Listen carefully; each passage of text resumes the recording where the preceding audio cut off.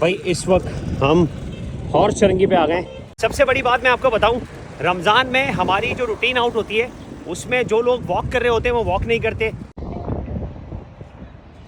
ये देखें क्या बात है भाई, आज़ाद की पहाड़ियाँ और ये खूबसूरत सैलून।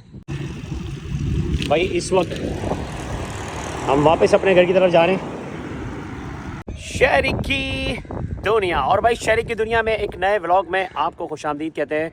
और ये है रमज़ान का आज चौथा रोज़ा और शाम हो गई है। और रमज़ान में आप अपने आप को फ़िट कैसे रख सकते हैं, ये है आज का हमारा व्लॉग। और आज के इस व्लॉग में हम आपको बताएंगे, क्योंकि रमज़ान में ज़्यादातर लोगों का वेट बढ़ जाता है और वेट गेन करते हैं। इसकी वजह क्या है और आपको सहरी और अफ्तारी में क्या खाना है। और इस वक्त हम शाम के टाइम रोज़े से पहले साइकिलिंग करने जा रहे हैं। ये सारी चीज़ें आज के इस व्लॉग में, और आज का व्लॉग है फ़िटनेस व्लॉग। तो आ जाओ भाई साइकिलिंग करते हैं और आपको फ़िटनेस के हवाले से बहुत सारे टिप्स मिलेंगे आज। और भाई सीन कुछ ऐसा है कि इस वक्त 6 बज रहे हैं और आज जो अफ्तार है वो अफ्तारी का टाइम है 6 बजकर मेरे ख्याल से 37 या 38 होगा। सही है भाई। जब तक हम रमज़ान में, आपको पता है जब बंदे का रोज़ा होता है तो सोचता है कि यार रोज़ा तो रख रहा हूँ, वेट मेरे जो ना वो कम हो जाएगा रोज़ा रखने के बाद। और बहुत सारे लोगों की ये कोशिश होती है कि यार देखिए रमज़ान में जब रोज़े रखते हैं तो बहुत फ़र्क पड़ता है, बॉडी में बहुत सारे चेंजेस आते हैं। लेकिन एक सबसे बड़ा चेंज पता है क्या आता है, रमज़ान में रूटीन आउट हो जाती है। और ये आपने देखा होगा कि बहुत सारे लोग ये शिकायत करते हैं कि यार चक्कर आ रहे हैं, मुझे बहुत कमज़ोरी हो गई है रोज़ा रखने के बाद, और जो है मुझे नींद बहुत आ रही है, मेरी नींद पूरी नहीं हो रही। तो बहुत सारी चीज़ें ऐसी होती हैं रमज़ान में जो बंदा एक्सपेक्ट नहीं करता। तो इसकी मेन वजह ये होती है कि भाई एक तो हमारे सोने की और उठने की टाइमिंग चेंज हो जाती है, और दूसरा हम रोज़ा रखते हैं तो पूरा पूरा दिन भूखे प्यासे रहते हैं।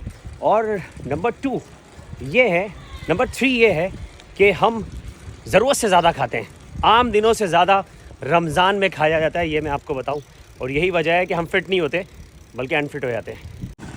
भाई इस वक्त हम हॉर्स चरंगी पे आ गए साइकिलिंग करते हुए, और ये है राह एजेंसी और ये है हॉर्स चरंगी, और यहाँ से अभी हम सीधा जा रहे हैं। ये सीन है भाई रमज़ान की शाम और चौथा रोज़ा।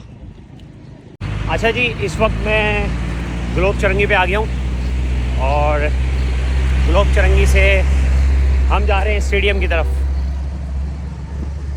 भाई इस वक्त हम अपनी ग्रैंड मॉस्क में आ गए और ये हिल टॉप की जगह है जहाँ पर मैं साइकिलिंग कर रहा हूँ। और ये देखें ऑटोमेटिक साइकिल चल रही है, ये देखें भाई ऑटोमेटिक गियर लग गए। और ये हमारी ग्रैंड मॉस्क है माशाल्लाह से। रमज़ान में इसका मंजर ही कुछ और होता है। और ये हिल टॉप की जगह है जहाँ पर लोग अपना टाइम स्पेंड करते हैं रमज़ान में रोज़े से पहले। और एक दफ़ा मुझे याद है कि मैं जब यहाँ नहीं रहता था तो अपनी फैमिली के साथ आके और मैंने यहाँ पर रोज़ा खोला था, ये मुझे अच्छी तरह याद है। तो ये मेरी फेवरेट जगह है और ये देखें माशाल्लाह से। और ये पहाड़ी है, यहाँ भी हाइकिंग कर सकते हैं आप भाई, ज़बरदस्त जगह है। तो इस वक्त मैं रोज़े में साइकिलिंग कर रहा हूँ, ये मेरे लिए बहुत बेनिफिट है इसका। और क्योंकि मॉर्निंग वॉक तो कर ही नहीं सकते क्योंकि सहरी के बाद फजर की नमाज़ पढ़ के तो बंदा सो जाता है। लेकिन ये है कि अभी वापस चलते हैं हम, और यहाँ थोड़ा सा मैं रुकता हूँ। भाई तो भाई फाइनली इस वक्त हम पहुँच गए हिल टॉप पे, और ये हमारी वो खूबसूरत जगह है जो पहाड़ी है। फिर उसके बाद ये हमारी ग्रैंड मॉस्क है खूबसूरत सी, ये पूरी। तो ये खूबसूरत सी शाम नया नाज़ावत की, और रोज़े में टाइम बड़ा अच्छा स्पेंड होता है भाई, टाइम बहुत अच्छा पास होता है। और आज मैंने सोचा है कि साइकिलिंग करते हैं। इस पार्क में फूलों की नुमाइश हुई थी तो आपको खूबसूरत फूल भी दिखा देते हैं, क्योंकि आपको पता है बाहर का मौसम आ गया है लेकिन सर्दी भी चल रही है, गर्मी भी चल रही है, सब कुछ चल रहा है। ये खूबसूरत से फूल, ओए होए होए होए होए, ये देखें, ये देखें क्या बात है भाई।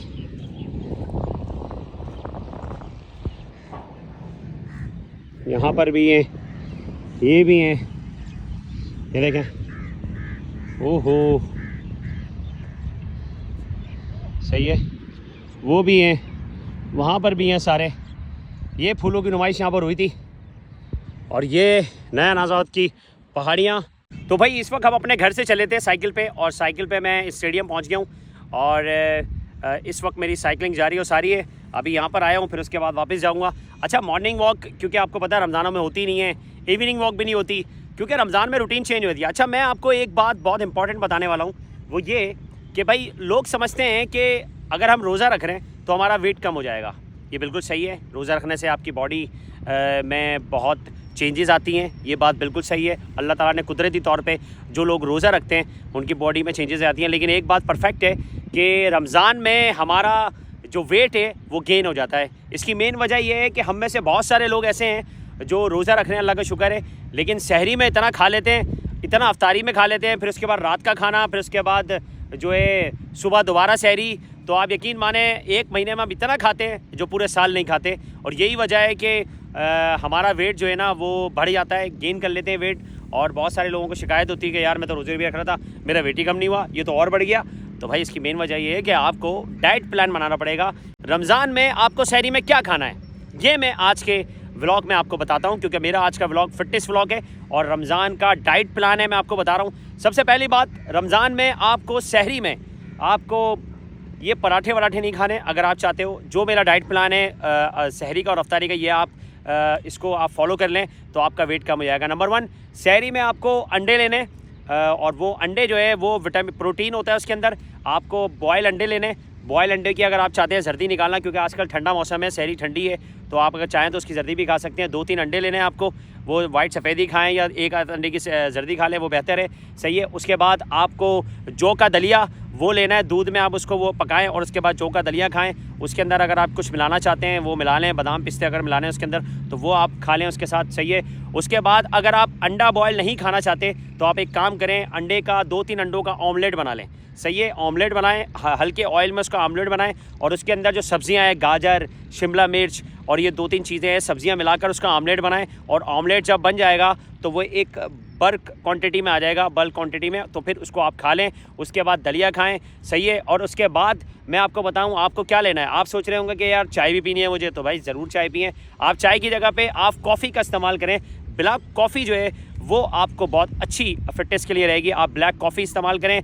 उसके बाद आप बड़े गिलास, 2 पानी के बड़े गिलास लें, वो आप पिएँ।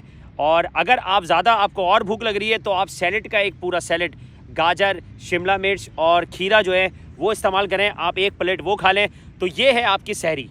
उसके बाद आते हैं अफ्तारी की तरफ। अच्छा भाई, अफ्तारी का डाइट प्लान ये है कि अफ्तारी में आपको क्या खाना है। जिस तरह मैंने आपको सहरी का डाइट प्लान बताया कि आपको ये सहरी में खाना है तो आप फिट रहेंगे, तो आपने सहरी का सुन लिया। अब आपको मैं बताता हूँ अफ्तारी में आपको क्या खाना है। भाई अफ्तारी में सबसे पहले आपको 1 गिलास पानी पीना है और 1 खजूर खानी है, ये आपकी अफ्तारी हो गई। और उसके बाद आप नमाज़ पढ़ने चले जाएँ, नमाज़ पढ़ के आएँ, उसके बाद आपका खाना तैयार है। और खाने में आपको क्या खाना है भाई, सहरी के अफ्तारी 1 गिलास और खजूर से अफ्तारी करने के बाद आपको डायरेक्ट खाना खाना है। अब खाने में क्या खाना है, खाने में आपको प्रोटीन लेना है। देखिए प्रोटीन में कीमा हो जाएगा, सही है ना, भुना हुआ कीमा हो गया, बड़े का छोटे का कीमा हो गया, चिकन का कीमा हो गया, चिकन के नैगेट्स आप ले लें, सही है ना, वो आपके लिए बहुत फ़ायदेमंद है। और उसके बाद अगर आप अफ्तारी में ये लेना चाहते हैं, वो होता है, क्या कहते हैं उसको, क्या कहते हैं, तुक मलंगा।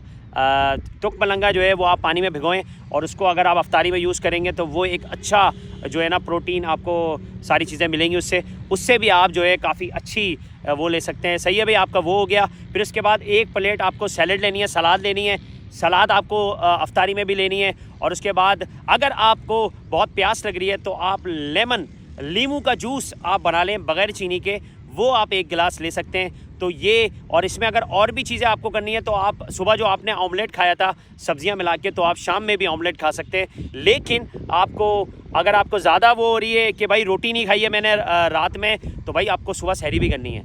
तो मैंने आपको रात में डायरेक्ट अफ्तारी के बाद खाने का इस वजह से बोला है, अभी आपको सहरी भी करनी है। तो अफ्तारी में आप एक काम करें, आप ब्राउन ब्रेड ले लें, ब्राउन ब्रेड आप जो है ना वो खा लें, उससे भी आपको बहुत फ़ायदा होगा। इससे ये होगा कि ये रात में सहरी में जो आपने डाइट प्लान फॉलो किया है और अफ्तारी में जो डाइट प्लान फॉलो किया है, इससे ना सिर्फ आपको प्रोटीन मिलेगी, पोटाशियम मिलेगा, आपको विटामिन्स मिलेंगे, बल्कि आप मोटे नहीं होंगे, आप पे फैट नहीं चढ़ेगा और आप रमज़ान में अपने आप को फिट रह सकेंगे बग़ैर एक्सरसाइज के और बग़ैर किसी वॉक के। तो ये था मेरा आज का फिटनेस व्लॉग और ये डाइट प्लान आप फॉलो करें। इसमें कोई चीज़ अगर रह गई है तो आप मुझे इनबॉक्स कर सकते हैं, मैं आपको जवाब दूंगा। और अभी हम चलते हैं अपने घर की तरफ। आ जाओ भाई। और साइकिल से आए थे, अब साइकिल से वापस जाएंगे। तो ये था हमारा vlog. Share like follow subscribe. Next vlog में तब तक के लिए शेयर की दुनिया। अल्लाह हाफ़िज़। तो इस वक्त मैं स्टेडियम की तरफ आया था, अब मैं वापस जा रहा हूँ अपने घर की तरफ और अफ्तारी का टाइम होने वाला है। और ये टाइम मैंने स्पेंड किया अपनी फ़िटनेस के लिए। ये बहुत ही खूबसूरत टाइम होता है।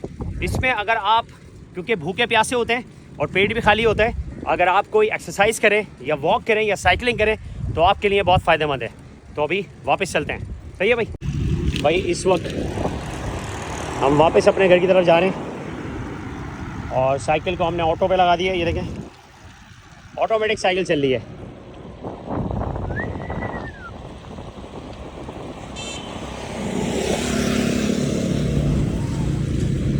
ये देखें भाई, खूबसूरत सी शाम नया नाज़र की और अफ्तारी का टाइम होने वाला है।